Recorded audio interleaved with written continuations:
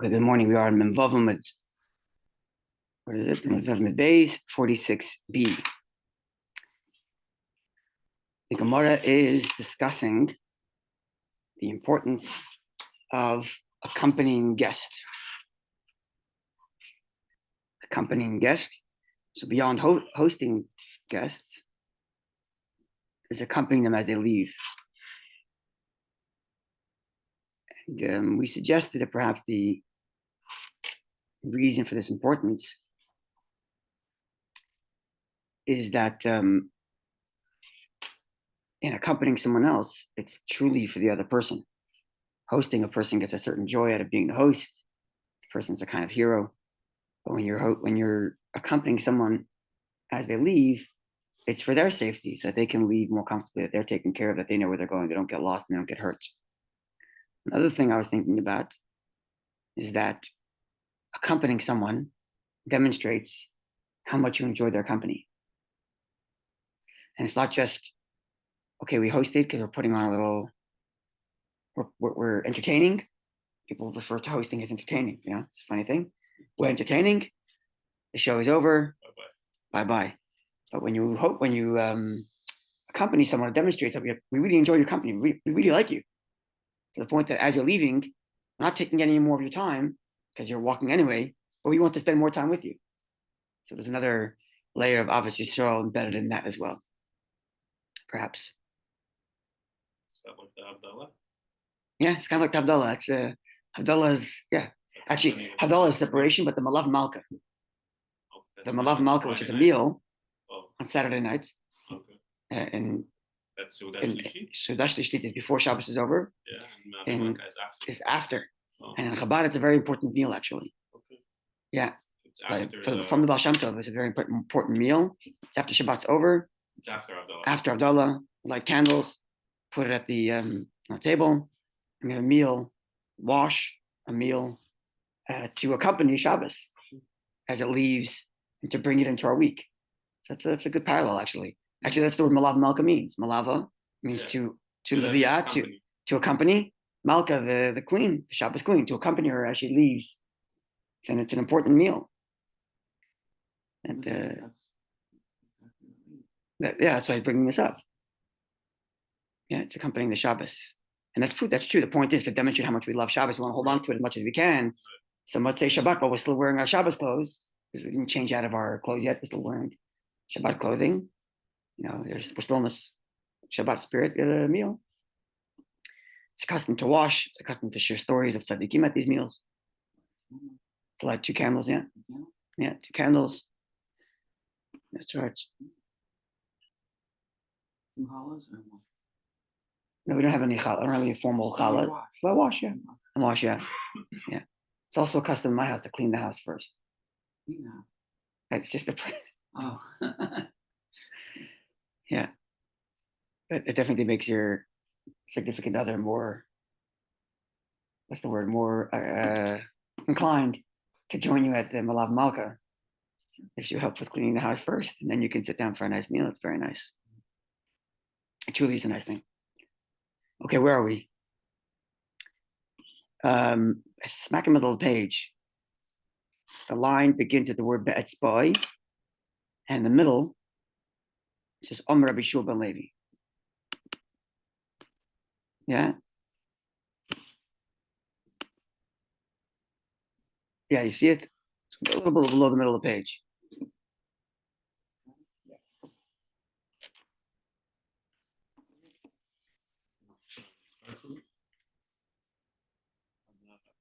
Yeah, Rabbi Yeshua ben Levi. Rabbi Yeshua ben Levi, Rabbi Yeshua ben Levi said, Hamahalach b'derech, one who's traveling, ve'ein lo leviya, and has no one to accompany him. So I suppose he's nervous for his safety. So it says, Rabbi Yeshua ben Levi, here's your solution. Yasek b'Torah, he should involve himself in Torah. And Amar, the verse reads, a pasuk in Mishlei, which we can safely assume is a reference to Torah. although Rashi doesn't comment, but given the context of the Gemara, that would seem correct. Pasuk says, "Kilevias chein heim l'reishecha," for Torah is an accompaniment of grace for your head. Va'anokim, and chains like jewelry, the gargar reisecha for your neck. So it's grace for your mind and chains for your neck. So just a few thoughts on this Gemara, just on this line from Yeshua ben Levi. Something to think about. The first is, Yeshua ben Levi uses the terminology yasik. He should involve himself, rather than yilmoid, you should learn, or ligra is to read, yasik. And the asik Torah, sometimes the Torah is referred to as limud Torah, which means learning Torah, and sometimes asik Torah, which means the involvement of Torah. Now, yasik and asik is beyond just learning. Learning could be very, first of all, it could be cerebral, like it remains abstract and theoretical, but doesn't have any effect internally because you're learning it, and the learning to begin with is on a superficial level. You're learning, you're just reading through it or whatnot. But yasik means to be involved. It's the same terminology as esek, like a business. Mm-hmm. In the same way, a person can't run a business and be, you can't be surface level involved in your business. You're building a business. Anyone who's built a business knows this. I never have, but so they tell me you got to be really invested in it. It really occupies your mind. Even when you're not thinking about it, it's in your head. And that's yasik, the Torah, to truly be invested in Torah learning to the point that it becomes like a business. Asik, I'm completely involved. Now that explains why the pasuk he quotes reads like this, which we just read, for they are, the Torah, the words of Torah are an accompaniment on your head, and like chains, like agaresecha for your neck. Why the second half of the verse? If the point of the verse is just to demonstrate that Torah is that Torah is to accompany you, then the first half of the pasuk is the main point, where it says Levi Aschein, it's an accompaniment. Why the second half? Where it talks about chains for the neck. Like physical also? So perhaps the idea is, as we explained before, the idea of the neck is to take ideas we know in our mind and to connect it to our heart, we actually feel it. So the learning here, if it's not just limud, it's isaac, the person's really invested in the learning. And the learning doesn't just stay in the mind. It becomes chains in the neck. It becomes that which invests into my heart as well. And that's the kind of learning that the Yeshua ben Levi is talking about. And a person's he's traveling on the way, both literally traveling the way, but also metaphorically. He's going through the journey in life. And he has no accompaniment. He feels alone. He feels alone in the world. So learning Torah is not enough to keep him company. But if he learns Torah to the point that it really goes into his heart and he integrates that which he's learning, then he's truly accompanied by the Almighty himself. Because he's invited Hashem in the deepest into his life in the most personal way. So now he's not going through life anymore alone. He's on his journey, but he's not alone. He's got the accompaniment of Hashem because he's not just learned Torah, but he's involved in Torah to the point that it becomes a chain on his neck. It's invested into his heart. So he feels Hashem with him wherever he goes. That's perhaps a deeper layer of Rabbi Yeshua ben Levi's statement beyond just when a person's traveling, you should have Torah. But which, by the way, I don't think I mentioned this, but the simple reading is that having people with you keeps you safe. Having Torah with you keeps you safe. That's the simple reading here, basic reading. And I'm offering a little deeper explanation, perhaps, at learning Torah in such a way that it's Isaac, that it's involved, and it's integrated into my heart, that I'm going in Mahalach Baderach, going on my journey of life, I'm no longer alone, because I've invited Hashem into me. It's perhaps another layer of what Yeshua ben Levi is saying.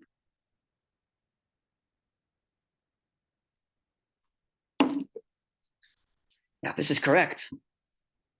This might explain the next Gemara too, but first the literal level. Rabbi Yeshua ben Levi further stated, Bishvil arba psios, because of 4 steps, total of 4 steps, Shaliva para Lavram, that Avram accompanied Parai accompanied Avram. Shenemar, the pasuk says, Vayitzavel Parai Anoshim, and Parai commanded that people go with Avram and his wife after he left, and he gave them wealth. Right? This is the story when Avram tells Sarai to, right? Is she Sarai yet? I don't think she's Sarai yet at this time. Is she? At what point? Well, they go down to Egypt. I believe it's before she's Sarah. I believe. Anyway, he tells his wife to hide and to claim that they are brother and sister, right? And then Paro takes her, and the end is he stopped and he says, "Take money and leave. Get out. Bye, Charlie." Fine. So says Rabbi Shimon Levi, when he sends him off, he accompanies him a very short distance for 4 steps. Yeah. So because of that, says Rabbi Shimon Levi, Nishtabed Bebanov, he was able to, his successor, power of a later generation, was able to subjugate Avraham's children, Abba Me'ah Shana, 400 years. How did Paro have the ability to control Avram's children? Because he accompanied Paro for 4 steps. He accompanied Avram for 4 steps. Like the pasuk says, when Hashem makes the covenant with Abraham, Hashem tells him, your children are going to be foreigners and they will be persecuted for 400 years. The end is only 210, and the 400 years are counted from when they first leave Eretz Yisrael, right? When Yitzchak was born, yeah. Yeah. So this is the Rabbi Shimon Levi. And the simple reading of this Gemara is Rabbi Shimon Levi trying to make the point of how valuable or how powerful accompanying a friend is, that he was able to accompany someone for 4 steps, and as a result, his children were able to control his children for 400 years. It's not just controlling, Subjugate him. Accompanying has that ability as well. That's what the Rabbi Shimon Levi seems to be suggesting. Okay, that's the Gemara. So that's the protection component of a company. Yeah, it's a kind of interesting Gemara. What's the point the Gemara is trying to say? So perhaps I think the Gemara is telling us the inverse of the previous statement. The previous statement was that Torah should accompany you in life. But if you let Paro into your life, instead of filling your heart with Hashem, you fill your heart with Paro, whatever Paro is, whatever local Paro there is. So now instead of seeking the company of Hashem, you're seeking the company of Paro. If that's the case, now you've invited the Yitzhahara to torture you for 400 years. You're either a slave of you're either a slave of God or you're a slave of Paro. It's either a slave of Torah or a slave of opposite, which parallels what is the famous Medrash that the pasuk says that the Yidden were worked with brick and mortar. The words chaymer and levanim have a play on words. Chaymer, which means brick, can also mean chomor, like kal v'chaymer, like the learning of how much the morsel of Torah kal v'chaymer, and levanim, which is mortar, could also be libun hilchasa, to clarify law. And like Chassidus always says, you have 2 choices. Either you're going to be building brick and mortar for Parai, or you're learning Torah and doing Kal V'chaymer and Libun Hilchasa, clarifying halacha for Hashem. And that's perhaps the 2 statements of Rabbi Shimon Levi. Either you're involved in Torah and that becomes your accompaniment in life, and only 4 steps, you invite Parai as your accompany, and now exile in the metaphorical sense. Now you're a slave to the other, to Parai. That's perhaps the deeper layer of these 2 statements of Rabbi Shimon Levi. Okay, further statements on this. Amar Rabbi Yehuda Amar Rav. Rabbi Yehuda Amar Rav says, again on the basic literal level, anyone who accompanies his friend for 4 cubits, be'ir, within the city, which means you haven't even walked them out of the city, you're just walking them out of your house down the street for 4 cubits. Eino nizuk, the person you accompanied is not harmed. That's how Rashi translates it. Although he could have translated it as you yourself are not harmed because you were rewarded for having accompanied someone. But Rashi translates as the one you're accompanying is protected because you walked with him for 4 cubits, which would further make the point that we were saying earlier, that the idea of accompanying someone is for their benefit. It's true Ahavas Yisrael. And that's what Rav Huda says there in the name of Rav. That's right. That's the point of that Rav too. The community is taking responsibility for. So we would have accompanied him. That's correct. That's the point here. It's about the Ahavas Yisrael for the other, even when this doesn't necessarily benefit you. Right. we're taking responsibility for the fact that there's a mystery murder here. There seems to be some reward for doing it, as the story. So till now, we're talking about reward for the person doing it. And now Rabbi Huda introduces the benefit for the recipient. And the Gemara brings a story to prove that point. Ravina, Alvel Rava Bar Yitzchak, Ravina accompanied his friend, his colleague, Rava, son of Yitzchak, Dalad Amos Be'ir, to 4 cubits in the city. So he walked him down the street for 4 cubits, for 4 amos. Matal Yode Hezeka, Rava, son of Yitzchak, the one who left, encountered some danger. The Gemara does not specify what that is. The Itzil, and he was saved. And this the Gemara cites as a story, or as an instance in which this blessing took effect. That Ravina's accompanying Rava, son of Yitzchak, protected him from a danger that he encountered later in his travels. Okay. There seems to be dual protection. Benefit for the recipient and benefit for the giver. Yeah.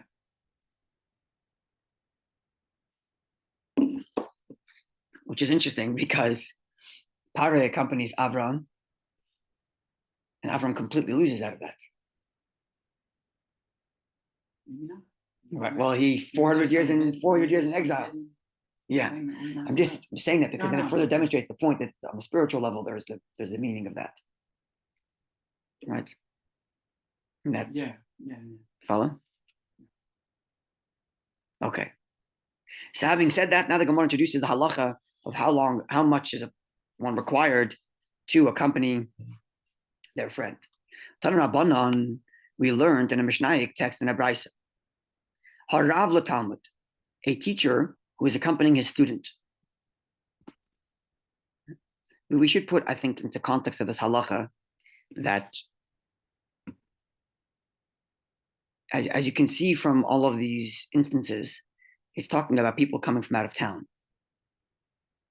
Because all the instances are walking people not to the door or not down the street, but all of them are out of the city. And the question is, how far out of the city? Which is clear that we're talking about people who come from out of town. And people coming from out of town in the old day, first of all, was a rarity because traveling was very unsafe. There's no highway patrol. There's highway robbery. Right? There's no highway patrol. It's an extremely dangerous endeavor to travel. Right? Which is why imported goods were so expensive back then.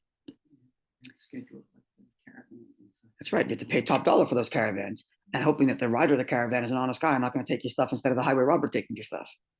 Right? Which is also a risk. Yeah, I mean, there are stories like this in the Gemara about travel and the dangers of that as well. Right? That was the big chiddush of the Silk Road. Right. That it was somewhat protected. Yeah, the animals. That's right. That's besides for the animals. Just people. Added bonus, exactly. So in that context, there's this importance of accompanying others, especially if you know the terrain and you know what's what. So in that context, a teacher who is accompanying a student, so presumably the student came from out of town to learn by his Rebbe, to learn by his teacher. So the teacher now is obligated to accompany his student on his way home. How far? Literally, ad ibura shel ir. The ibura shel ir literally means like the pregnancy, the pregnant part of the city, which essentially is the last house within 70 cubits of the actual city. This all is a reference to the laws of Shabbos. Sorry? So that's right. In the laws of Shabbos, you have the borders of the city, the laws of Tchum, laws of the borders of Shabbos. Because in Shabbos, one may not travel outside the city beyond 2,000 cubits. But from where do you measure the end of the city? You measure the end of the city from the last house that's within 70 cubits of the end of the city. So if you have, let's say, a square-shaped city, it's easy when you have a square-shaped city.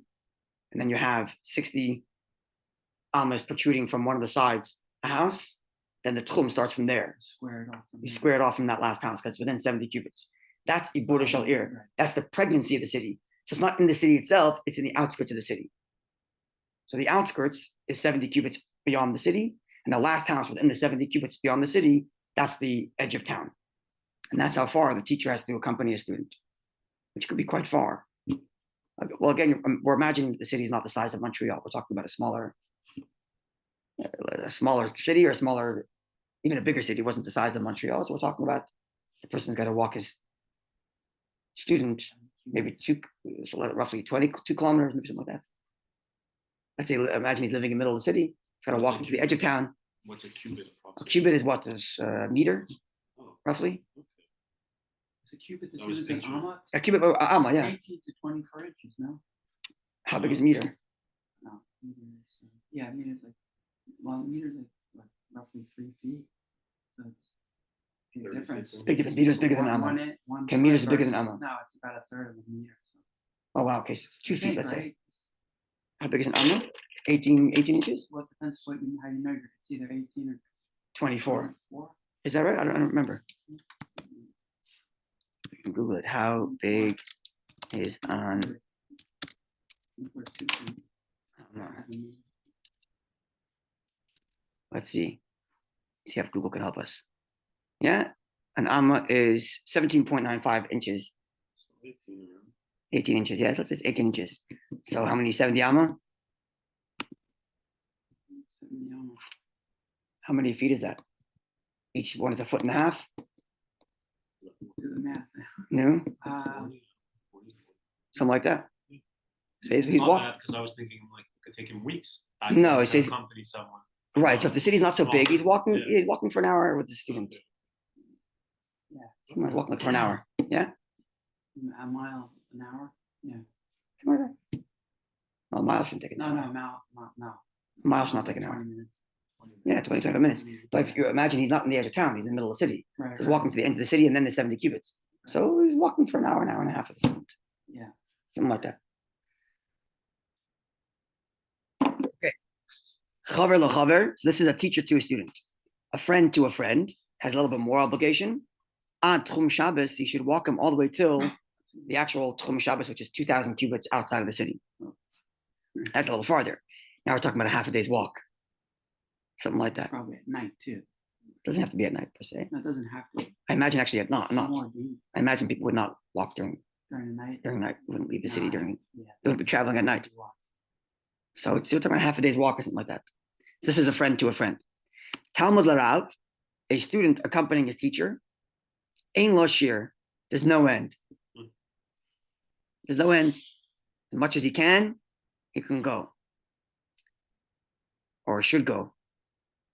But the Gemara presses further v'kama. But like, how much? Like, what's the minimum? How much? Even though the Gemara just finished saying to no end, the Gemara still presses and says, but you got to give a number. Like, what's the minimum?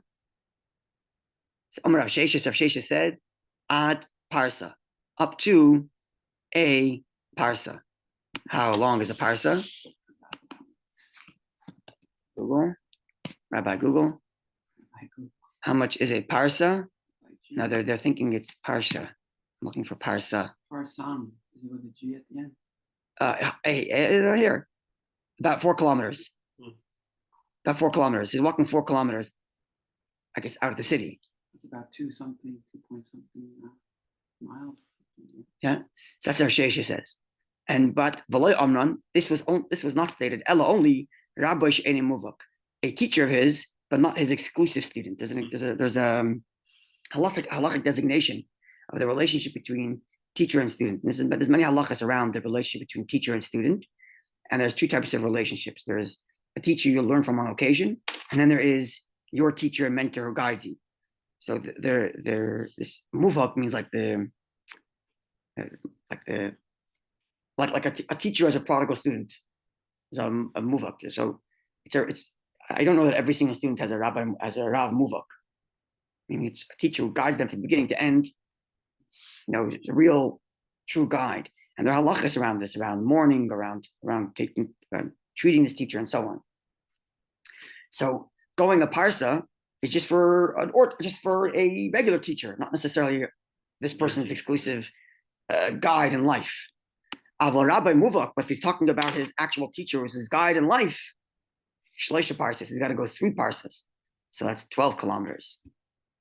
Right? 4 times 3.